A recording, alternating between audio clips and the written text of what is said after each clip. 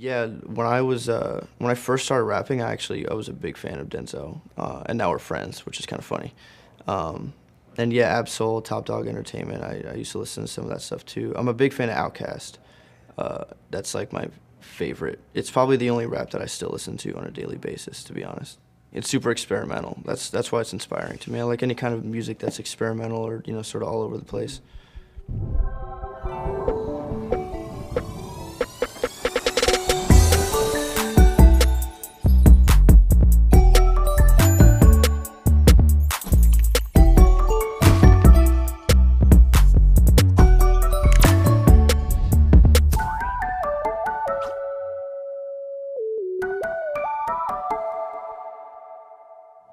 I think as a good starting point, the Kabbalion is probably the best place to start with like Hermeticism and the law of attraction and stuff like that. Because the law of attraction is just sort of a modern term for mental transmutation, which is ancient. Like thoughts become things, and you're a product, and your life is a product of the thoughts that you put out there.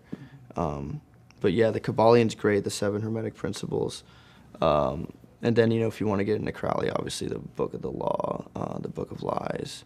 But other than that, yeah, space and astrophysics I'm hugely passionate about. Recently I read the Astrophysics for People in a Hurry with Neil deGrasse Tyson. That's a great, like, sort of all-encapsulating. It goes into, like, a history of the universe from the Big Bang to the present, and then sort of everything down to the chemical makeup of the universe and stuff like that. Just super passionate about it because I don't think science and religion necessarily need to be separate because they complement each other in a lot of ways. There's no reason to really. You could advocate one or the other, but you almost can't have one without the other in some ways because there's certain things that are unexplained, and that leaves religious possibilities open and vice versa. So, but yeah, that's aside from music, those are like my biggest passions. I think, one of the most important things is just not losing sight of whatever it is that you want to do, because I think everybody out there has the one thing that they really want out of life or really want to do in life or whatever. But we have a lot of outside forces telling us that that one thing may not be, the right thing to do because it's not smart or lucrative or whatever. But I think that if you stay focused on that one thing, no matter what, that it'll somehow materialize itself in your life. Like, I've always wanted to travel. I think even before I wanted to be a professional musician, I wanted to see the world, and I never lost sight of that, even when I was trapped in those cubicles for so many years. I would just have pictures up there. Like, it's stupid, and The Secret has like the whole make a collage bullshit, but I didn't do that, but I had just like a couple things here and there, like just pictures of mountains and shit. I didn't see mountains until I was 25 years old. So, and I kept these dreams, and you find yourself subconsciously taking steps to bring yourself there. I think that's really what it is when you break it down. Is the law of attraction is sort of just a way to say that if you stay mentally focused on something, your subconscious is gonna make you take the steps to make that happen, right? As long as you don't lose sight of your goal. I think that we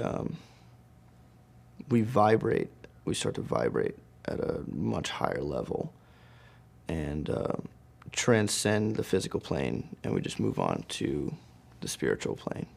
Whether or not your actions or what you did in the physical plane has any bearing on where you live in that plane, I don't know. I like to think so. I think I believe in reincarnation and that souls have, an age and stuff like that, because you could tell. I mean, there's the term "old soul" is real. There's people that are much older than me that still it seems like they live like kids, because they haven't learned enough lessons or whatever like that. I don't like to put things in super neat categories like reincarnation or Buddhism or specific religion. I just like to take bits and pieces of what seems to make sense to me and kind of make it part of my own beliefs.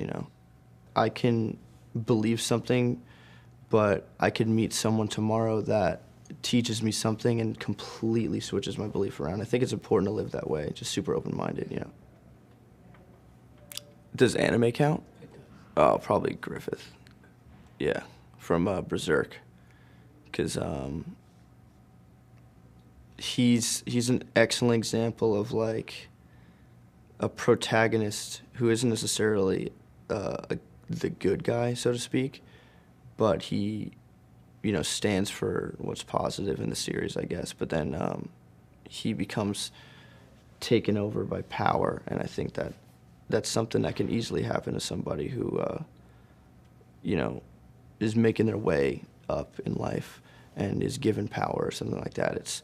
It's easy to abuse that and use it the wrong way, and I think it's a lesson for people like, who I guess are type A personality competitive, to not abuse your power and try to always keep a balanced mind state and stuff like that. Honestly, my favorite moment is not a positive one though. I like when he I think it's the third one when he starts to get consumed by the power he has, and he turns into this like the demon version of himself. I love that just because I'm really into like gory and crazy anime shit. But it's not necessarily positive or anything. I thought that was really cool to see what happened to him because I wasn't expecting that when I started watching the series. But yeah. Okay, so the old favorites. I grew up on PlayStation, obviously, and the Twisted Metal series is always my favorite. Twisted Metal 2 is my favorite game, by far. I don't think any of the Twisted Metals they made after that, like, compared to that one. It was so good. And I still have, like, a code book with all the level codes and everything to get to the next levels. But newer games, the Fallout series, for sure. I'm a huge fan of that. I've played New Vegas and Fallout 4 like 3 or 4 times each just to join different factions and see what happens. I like Final Fantasy 14. It's an MMO. Obviously the classic one, Final Fantasy 7 is awesome. And Final Fantasy 10, which kind of got me into like turn-based combat stuff. It's awesome. It's a compliment. I'll take it. Most of the comparisons I get are pretty good. Yeah, and people say Griffith too. Griffith is kind of one of the reasons I dyed my hair, to be honest, because I was so inspired. Yeah. Most of the lines in, like, if we're talking about recent songs, like most of the lines in Caliuga are super important to me because I wrote that in a really one of the hardest emotional times of my life. I'm reading shit from kids that tell me they just want to quit. You're not alone. I feel like dying. And it's just basically to let everyone know. Because I get a lot of DM requests from kids and stuff that, say literally that they just want to quit life or quit what they're doing or, give up on whatever it is or drop out of school or whatever. And it's like, the message is that, obviously it's self-explanatory. I've been there too, or I am there right now. And, it's, you don't have to give up like that because we're all in this together, basically, and the whole song, like, even like I thought about taking my life on Periscope. Literally, like, I was like thinking about like, live streaming my suicide because I was so fucking depressed and I just was in the darkest place I've ever been. And there's no reason to go through with something like that when you haven't even explored all your options yet, and you haven't even seen what else there is. You think you've seen this or that, but there's so much more. I learned something literally every year, every couple of years, and I just look back at myself a year ago and I'm like, fuck, like I was stupid as hell, for even thinking that way. But you're not the only one who suffers from that decision, and all you're doing essentially is taking your suffering and putting it on everybody else. And I think that's the worst thing you could do. Just know that you're not alone in feeling how you do, and I feel the same way every day, and I cope with it, so you can too. Depression is like, yeah, it's definitely real. It's definitely a chemical imbalance, for sure. A lot of times it could be, depending on how mild it is, it could be fought with just mindset, positive thinking, flipping things around. Other times it's really not that easy. It's legitimately a chemical imbalance, and you wake up every morning, you go to sleep every night, and you don't want to do anything that you're doing. You don't even want to breathe. You don't want to see the light of day, But it's like, you got to find... I actually realized this today. I was in the van, and I was feeling really depressed, And then Nedar did something stupid or said something stupid, and I started laughing. And I instantly just realized, like, wow, I feel better. Even if it's for this 30 seconds, like, I feel great. And it made me realize, like, laughter, like they say, really is the best medicine. Like, I try to watch, like, funny shit or something, and it, believe it or not, it, you know, really helps, because it's hard to be sad if you're laughing, you know, in the moment that you're laughing, even if it's just those little moments of happiness, it helps, you know. I mean, on a personal note, for me, like, until I did mushrooms, my music was, like, really rigid. Like, it's kind of the reason my music is the way it is, in my opinion. My ex-girlfriend, actually, I took mushrooms with her for the first time, and I went from making really rigid, like, it was like boom bap style music, but it wasn't even good, to making just, like, all of a sudden really wavy, like, psychedelic funk type stuff. And I tripped a lot after that, and it just sort of opened my mind, I think. It's kind of cheesy and cliche, because some people can get that way without tripping, but me personally, when I take psychedelics, it's the only drug that I really like, because it kind of just opens my mind to, like, different possibilities, and realize that there's not just one way to see things. For me, like, the come down is the best, because that's when I'm inspired to, like, just do some new shit, you know? Oh, fuck. Dude, it's so cheesy and stupid, but the biggest thing that turns me on more than anything is a girl who's smart as fuck. Like, even a girl who's, like, smarter than me. Like, if you could teach me something, like, that's, like, serious. Like, the girl I'm with now is a nursing student, and she's also super passionate about, like, astrophysics and stuff, and that's, like, she's a model too, but that's not, like, what drew me to her. Like, it was you know, the mental stuff, because, like, there's girls that, like, even if I'm physically attracted to you, like, if you're stupid, like, I can't even, you know, get turned on or anything. It's just, like, a waste. So yeah, definitely, like, intelligence is my biggest thing. I love Gus, you know, and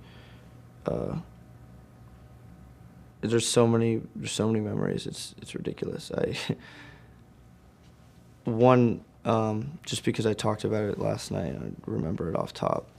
Probably one of my favorites was I remember I was living with him in Pasadena with our friend Brennan Savage, and me and Brennan were kind of roasting Gus because he had that song Beamer Boy, but he actually at the time, like, had never driven a car, so we were roasting him about it. We were like, oh, like, you can't even drive a Beamer if you got one. So he's like, you know what, I'm gonna get in the car right now, I'm gonna show you guys. So we got in Brennan's car, and he, like, pulls out and he starts, like, driving it, and it was like some student driver shit. Like, he was just like, just, like, stopping and everything. And if he was here, he'd probably, like, argue with me about it. But me and Brennan were just laughing the whole time, and, like, was low-key scared. But he, you know, it felt like a driving lesson or something. It was hilarious. But I don't know, that's just a good memory. It was pretty funny. But yeah, it's really weird how all that happened, you know. And then we ended up going our separate ways musically and stuff, and found success in our own way, and I'm really proud of him, you know. But yeah, we would talk. We still would touch base, like, every once in a while. Like, he would randomly just send me, like, a selfie or something, and I would send one back, just, like, bullshit, like, you know, I see you and you guys are killing it, or blah blah blah. But yeah, I think it's important to always, like, try to make an effort to stay in touch with people that you care about, you know, for sure. Message to the youth, kind of like I stated before, you know, don't let anybody tell you that you can't do or be something that you really want to do or be, you know. Fuck societal norms and fuck molds and all that bullshit, you know. Just stay focused on your goals and what you want to do, and don't lose sight of that shit. Shouts out Montreality. Montreality show.